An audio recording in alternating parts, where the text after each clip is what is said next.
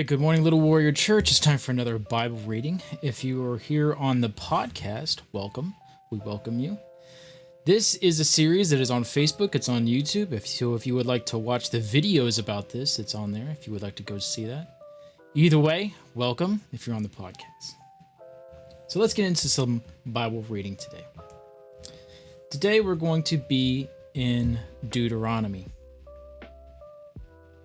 If you don't know anything about Deuteronomy, this is Moses' last hurrah. He knows he's at the end of his life, and he wants to remind the Israelite people why they went around in the wilderness for 39 years when they didn't obey God. So we're going to start in chapter 18, starting in verse 1. The priests and the Levites, all the tribe of Levi, shall have no portion nor inheritance with Israel. Now this sounds harsh, reading it just like this, but their portion is God. All the Israelite people, the other 11 tribes, are supposed to grow food for the Levites, because the Levites were supposed to perform the temple duties. They shall eat the offerings of Yahweh made by fire, and his portion. They shall have no inheritance among their brothers. Yahweh is their inheritance, as he has spoken to them. This shall be the priest's due from the people. From those who offer a sacrifice, whether it be ox or sheep, they shall give it to the priest, the shoulder, the two cheeks, and the inner parts. You shall give him the first fruits of your grain, of your new wine, and of your oil, and of the first fleece of your sheep. For Yahweh your God has chosen him out of all your tribes to stand to minister in Yahweh's name, him and his sons forever. If a Levite comes from any of your gates, out of all of Israel where he lives, and comes with all the desire of his soul to be a place which Yahweh shall choose, then he shall minister in the name of Yahweh his God, and all his brothers, the Levites, do stand there before Yahweh. They shall have like portions to eat, in addition to that which comes from the sale of his family possessions. When you have come into the land which Yahweh your God gives you, you shall not learn to imitate the abominations of those nations, such as idol worship and sacrificing babies, which is an awful thing, but that's what the other religions would do, and that's what God hates them the most. There shall not be found with you anyone who makes his son or his daughter to pass through the fire, on who is used divination, one who tells fortunes, or an enchanter, or a sorcerer, or a charmer, or someone who consults with a familiar spirit, or a wizard, or a necromancer. Now, I love Harry Potter. Don't get me wrong, I love me some Harry Potter, but can it be a door to go into an evil spiritual realm such as necromancer or being a wizard? Of course. I think we all need to be grown-ups here and realize this is just a thing that was made for our entertainment, but it can be a door. I use it for entertainment. I do not look into this kind of stuff such as necromancer. And I think that's a smart way of going about it. But that's just my opinion. Starting at verse 12. For whoever does these things in the abomination to Yahweh, because of these abominations, Yahweh your God drives them out from before you. You shall be blameless with Yahweh your God. For these nations that you shall dispose, listen to those who practice sorcery and to diviners. But as for you, Yahweh your God has not allowed you to do. Yahweh your God will raise up a prophet from among you, of your brothers like me. You shall listen to him. This is according to all that you desired of Yahweh your God in Horeb on the day of assembly, saying, Let me not hear again Yahweh my God's voice, neither let me see the great fire any more, that I not die. This is referring to God calling all of Israel up the mountain to talk to him, but the people didn't want to go because they said, if we hear God's voice, we might die. So they were incredibly fearful of the fire that was on top of the mountain, which was God. They didn't want to go. They sent Moses instead. Starting in verse 17, Yahweh said to me, They have well said, that which they have spoken. I will raise them up a prophet from among their brothers like you. I will put my words in his mouth, and he shall speak to them all that I should command him. It shall happen that whoever will not listen to my words which he shall speak in my name, I will require it of him. But the prophet who speaks a word presumptuously in my name, which I have not commanded him to speak, or who speaks in the name of other gods, that same prophet shall die. You may say in your heart, How shall we know the word which Yahweh has not spoken when a prophet speaks in Yahweh's name? If the thing doesn't follow or happen, that is the thing which Yahweh has not spoken. The prophet has spoken it presumptuously. You shall not be afraid of him. Man, how many people today that were part of a church said something would happen and it didn't come to happen? According to the law of Moses, the law of God, they all should die. But as we spoke of last time, God was trying to set up a heaven on earth kind of deal with the tabernacle that was God's throne. All around him were pictures of angels. That was the heavenly places. And then he was supposed to congregate in the sanctuary. Outside the sanctuary was the people of God, and he wanted to reside around the people of God. That was supposed to be a representation of how God wanted heaven to be. Now, everyone says, well, how can God let pain or suffering enter into the world? How can that be, since God is a loving God? No. That's not correct. God is a just God. He has to judge sin, but he's also loving. You see, all throughout the Old Testament, he eradicates sin. Why? Because that's what heaven does. Once heaven has sin in it, it's no longer heaven anymore. We saw that when Jesus says, I saw Satan fall from sky like lightning. Satan and 1/3 of the angels, we think 1/3 of the angels that he took with him sinned, and immediately they were cast out. Heaven is the main purpose of heaven is to eradicate sin at all costs. But with that said, God is a loving God as well, and he gave us a way of salvation that can escape all that. So that is why when we read the Old Testament, people were put to death, because that's what heaven does. Heaven eradicates sin at all costs. Heaven cannot have sin anywhere near it. And that's what God was trying to show the Israelite people. You want to be close to me on your own terms, on your own strength, on your own, then you have to be perfect. And this is what it takes to be perfect. What happened to the Israelites? No one could be perfect. And that's the problem. We can't be perfect. We can't follow all these rules. There's a lot of rules.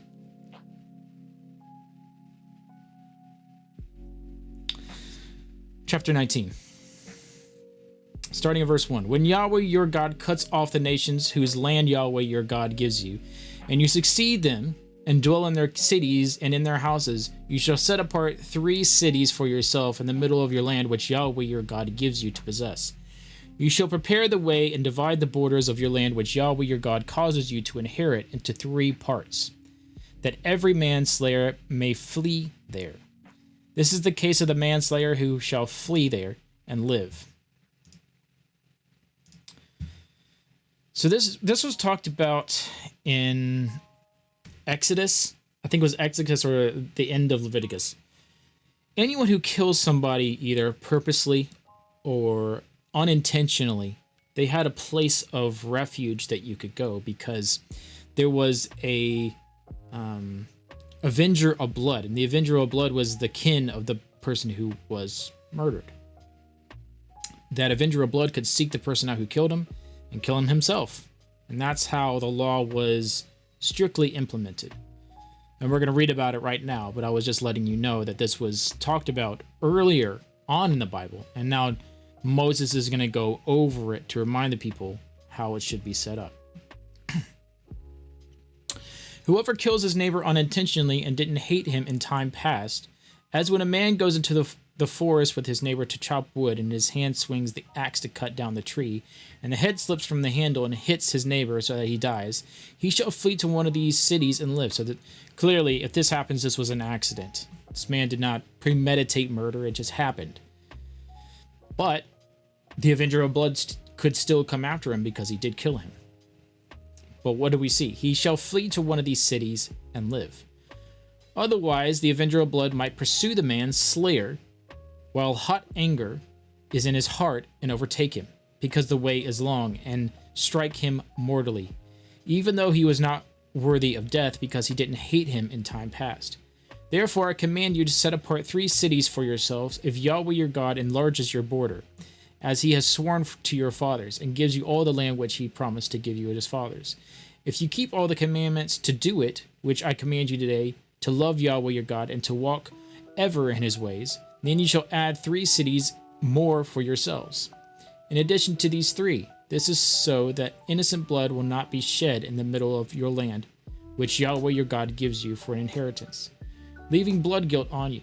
But if any man hates his neighbor, lies in wait for him, rises up against him, strikes him mortally, or that he dies, and he flees into one of these cities, then the elders of his city shall send and bring him there, and deliver him to the hands of the avenger of blood, that he may die. Your eyes shall not pity him, but you shall purge the innocent blood from Israel, that it may go well with you.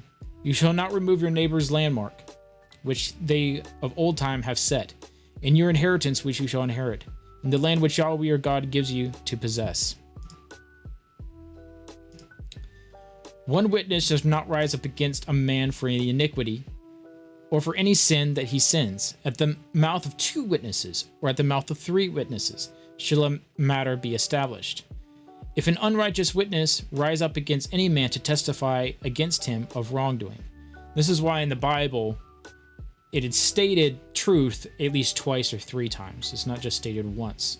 And it could be in many different forms, but in the Bible, it usually states truth in a matter of many, many ways. If an unrighteous witness rises up against any man to testify against him of wrongdoing, then both the men between whom the controversy is shall stand before Yahweh, before the priests and the judges who shall be in those days, and the judges shall make diligent inquisition. And behold, if a witness is a false witness and has testified falsely against his neighbor, then he shall do to him as he had thought to do to his brother.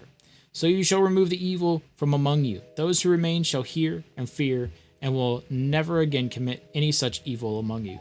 Your eyes shall not pity life for life, eye for eye, tooth for tooth, hand for hand, foot for foot. How many people today do you think have done a heinous murder and has gotten out of it because they had a good lawyer? They didn't have that in those days. You know, you were put to death, and that was a strict punishment. But you know what? I guarantee you, this is just my opinion. Please don't take it as law. It's just my opinion. I guarantee you that a lot of people didn't commit those crimes back then because they knew it resulted in death, immediate death. Chapter 20. When you go out to battle against your enemies and see horses, chariots, and a people more numerous than you, you shall not be afraid of them. For Yahweh your God, who brought you out of the land of Egypt, is with you. It said in the last chapter that God did not choose the Israelite people because they were so many in number, but because they were so few in number, that when they won battles, they could attribute it to God winning. It shall be, when you draw near to the battle, that the priest shall approach and speak to the people, and shall tell them, Hear, Israel, you draw near today to battle against your enemies. Don't let your heart faint. Don't be afraid, nor tremble. Neither be scared of them, for Yahweh your God is he who goes with you to fight for you against your enemies, to save you. The officers shall speak to the people, saying, What man is there who has built a new house and has not dedicated it? Let him go and return to his house, lest he die in the battle, and another man dedicate it. What man is there who has planted a vineyard and has not used its fruit? Let him go and return to his house, lest he die in battle, and another man uses its fruit. What man is there who has pledged to be married to a wife and has not taken her?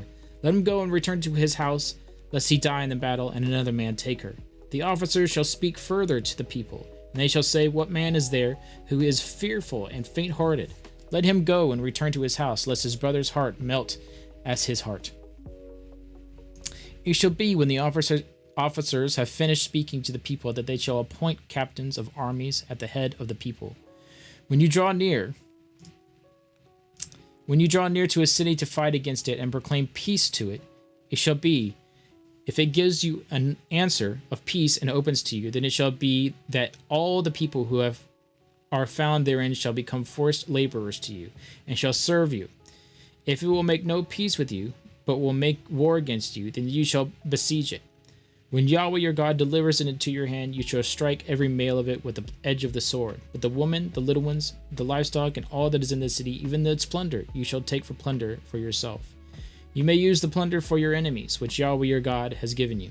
Thus you shall do to all the cities which are very far off from you, which are not of the cities of the nations, but of the cities of the people that Yahweh your God gives you for an inheritance. You shall save alive nothing that breathes, but you shall utterly destroy them, the Hittite, the Amorite, the Canaanite, the Perizzite, the Hivite, and the Jebusite, as Yahweh your God has commanded you. They are not that they not teach you to follow all the abominations which you have done for their gods. So would you sin against Yahweh your God. When you shall besiege a city a long time and making war against it to take it, you shall not destroy its trees by wielding an axe against them, for you may eat of them. You shall not cut them down, for it is a tree of the field, and they shall not besiege by you. Only the trees that you are not for trees for food, you shall destroy and cut them down. You shall build bulwarks against the city that makes war with you until it falls. And again, what is the purpose of heaven? To eradicate sin at all costs. And that's what the nations are surrounding Israel were doing. They were sacrificing babies. Like I said in another video, they had a god of dung. A god of dung. You heard it right. They would all crap in a pile, and then they would all eat it as a sacrifice to the god of dung. Can you imagine the diseases that they would catch from that? I mean, my personal opinion, that they would have something worse than HIV out there. And that was God's way of eradicating that virus or that bacteria. All right, we're going to go to the book of Luke, starting in chapter 9.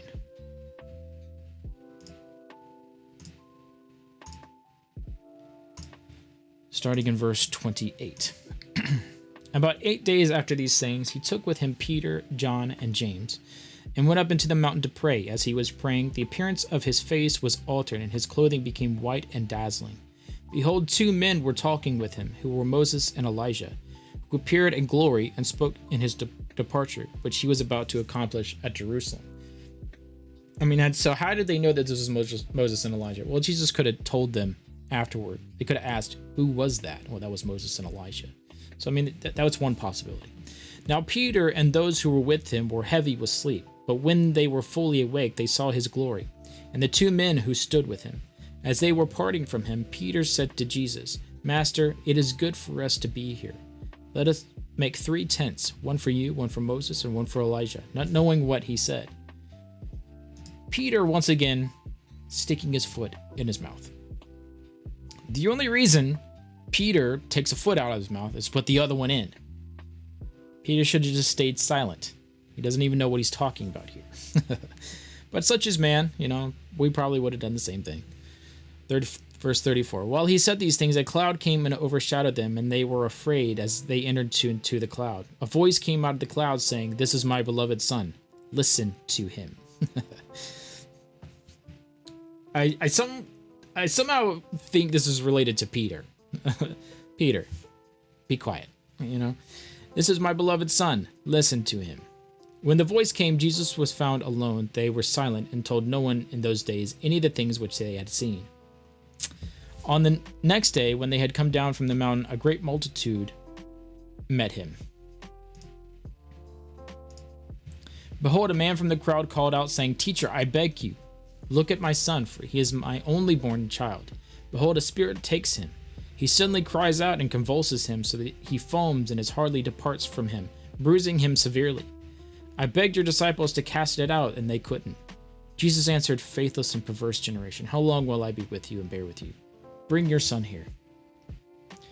While he was still coming, the demon threw himself down and convulsed him violently, but Jesus rebuked the unclean spirit, healed the boy, and gave him back to his father. They were all astonished at the majesty of God. The custom in those days was to ask the spirit its name. If you didn't know the spirit's name, you couldn't cast it out. That was the customary. So Jesus didn't even ask him the spirit's name. He just said, come out of him. He rebuked the spirit, and the spirit left. Didn't ask his name. It was clearly a messianic thing, if people knew their scriptures.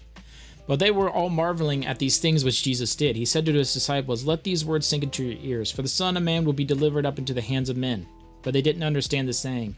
It was concealed from them, that they should not perceive it. They were afraid to ask him about his saying. An argument arose among them about which was the greatest. Jesus, perceiving the reasoning of their hearts, took a little child and set him by the side, and said to them, "Whoever receives this little child in my name receives me. Whoever receives me receives him who sent me. For whoever is least among you all is the one who will be the greatest." John answered, "Master, we saw someone casting out demons in your name, and we forbade him, because he doesn't follow with us." Jesus said to him, "Don't forbid him, for he who is not against us is for us."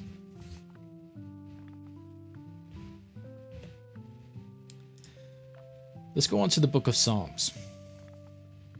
Psalms 73.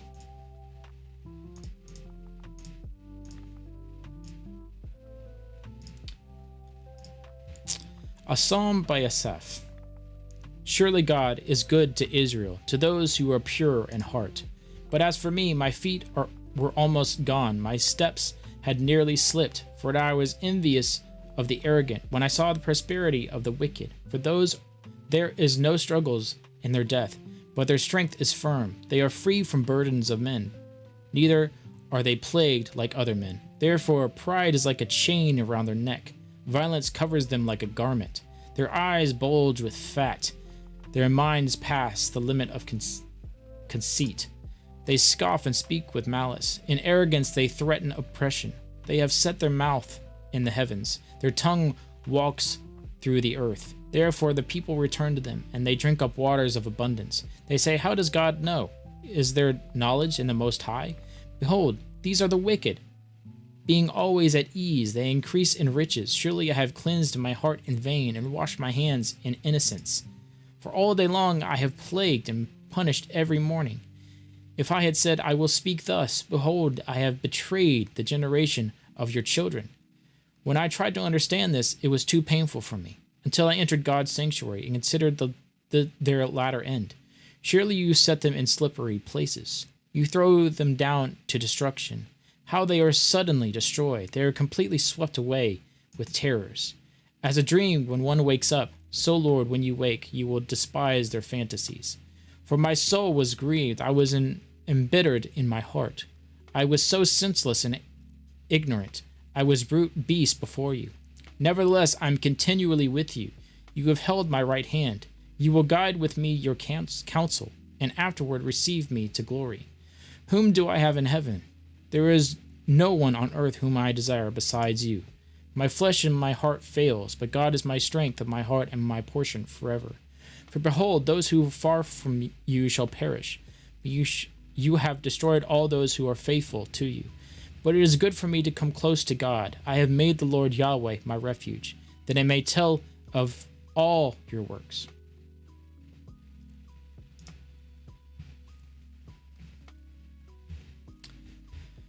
Let's go on to Proverbs. Proverbs 12.